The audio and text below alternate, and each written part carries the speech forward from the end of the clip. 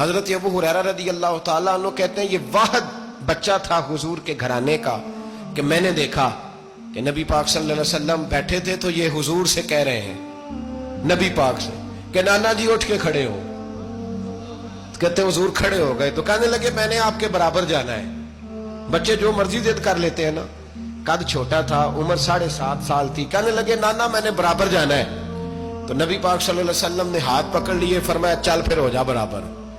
تو حضرت ابو ہریرہ کہتے ہیں انہوں نے حضور نے ہاتھ پکڑے, اوپر کھینچا تو امام حسین نے پہلے اپنے پیر حضور کے گھٹنوں پہ رکھے, پھر نبی پاک کے سینے پہ رکھے, اور جب ان کا قد سر تھوڑا سا حضور سے اونچا ہو گیا تو محبوب فرمانے لگے چل بس کر, تو نے تو کہا تھا آپ کے برابر ہونا ہے, تو اوپر نکل گیا ہے, چل بس کر. فرماتے پھر امام حسین نے زبان باہر نکالی تو محبوب ان کی زبان چوسنے لگے, پھر ساتھ لٹا لیا اور انہیں سونگنے لگے.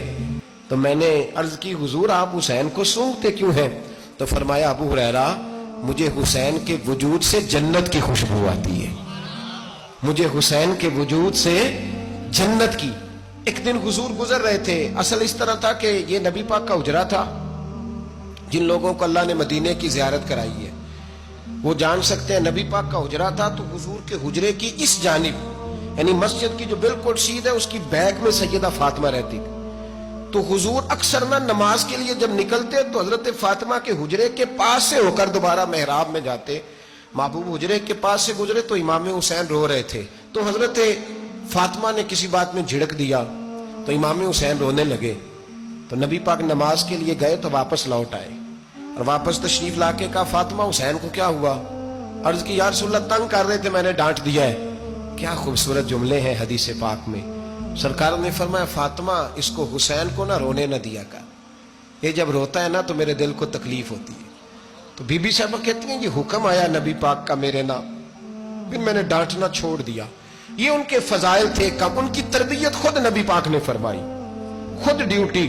میں کسی منطق کا فلسفہ میں اب تو اللہ تعالیٰ معاف کرے, پہلے ہم لوگوں کو کہتے تھے فلانی مجلس میں نہ جانا فلانی, اب تو مصیبت بن گئی ہے, جانے کی ضرورت نہیں, ہر شے موبائل میں آ گئی. مجھے بھیجتے ہیں کہتے ہیں حضرت صاحب یہ ذرا سننا, یہ ذرا سننا. کل کراچی سے کچھ مہمان آ گئے تو اب بچوں نے وہ کلپ سنبھال کے یہ مولوی دیکھو کیا کہتا ہے. اب آیتیں پڑھی جا رہی ہیں قرآن پاک کی, اتنا ٹکڑا یہاں سے لیتے ہیں, اتنا ٹکڑا یہاں سے لیتے ہیں, اور ملا کے پتہ نہیں کون سا مکسچر بنا رہے ہیں. کسی آیت کا ترجمہ نہیں, کوئی واضح حدیث نہیں. ایسے ہوا ہوگا, پھر اس کو اس سے جوڑ لیں تو کیا بنتا ہے, اتنی جمع کر لیں. یہ کون سا دین ہے جو توڑ مروڑ کے بیان کر رہے ہیں؟ کون سا مذہب ہے؟ دین تو واضح کھلی کتاب ہے. اب ہمارا یہ شوق ہے, ہم ہر تماشا دیکھنا چاہتے ہیں. ہم اپنے لوگوں کی قدر نہیں کرتے اور بڑی بڑی دور جا کے ہم غلط معاملات میں جاتے ہیں, پھر ذہن ہمارے شکوک کا شکار ہوتے ہیں. ہمیں سمجھنا چاہیے کوئی ایسی کسی دلیل کی ضرورت نہیں ہے. جب ان کے واضح چیزیں ان کی کتابیں میں موجود ہے, حدیث میں موجود ہے, قرآن مجید میں ان کے فضائل کھل کے موجود ہے, تو دور جانے کی کیا ضرورت. حضور ان کی ٹریننگ کراتے تھے. پہلی بات تو یہ ہے کہ نبی پاک نے دعا مانگی تھی, یا اللہ میرے گھر والوں کو زیادہ روزی نہ دینا, انہیں ایک وقت روٹی دینا, ایک وقت کی بھوک دینا.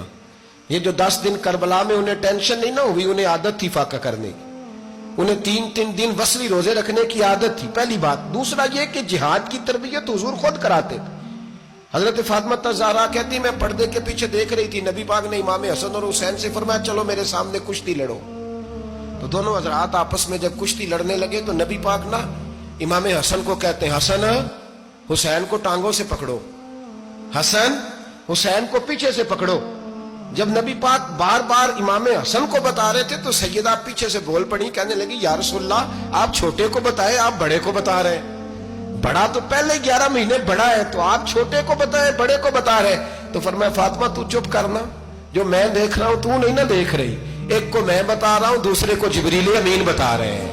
تو یہ حضور نے اپنے سامنے ان کی تربیت کی, ٹریننگ. ہوا یہ کہ یزید جب امیر بنا نا, 2-3 چیزیں ہوتی ہیں جب کسی بندے کو قابو کرنا ہوتا ہے, 2-3-4-5 چیزیں ایسی ہوتی ہیں جس سے بندہ قابو آتا ہے. تو اس نے بھی فوری طور پہ یزید نے دیکھا میرے لیے مسئلہ کیا بن سکتا ہے. ولید بن عتبہ اس وقت مدینے کا گورنر تھا. یزید نے اس کو خط لکھا کہ امیر عرب کا رواج آج بھی ہے کہ جب تک نئے خلیفہ کی بیعت نہیں ہو جاتی پرانے کے انتقال کی خبر ہی نہیں دیتے. اس کو رکھے رکھتے ہیں. یہ ان کا طریقہ ہے. وہ کہتے ہیں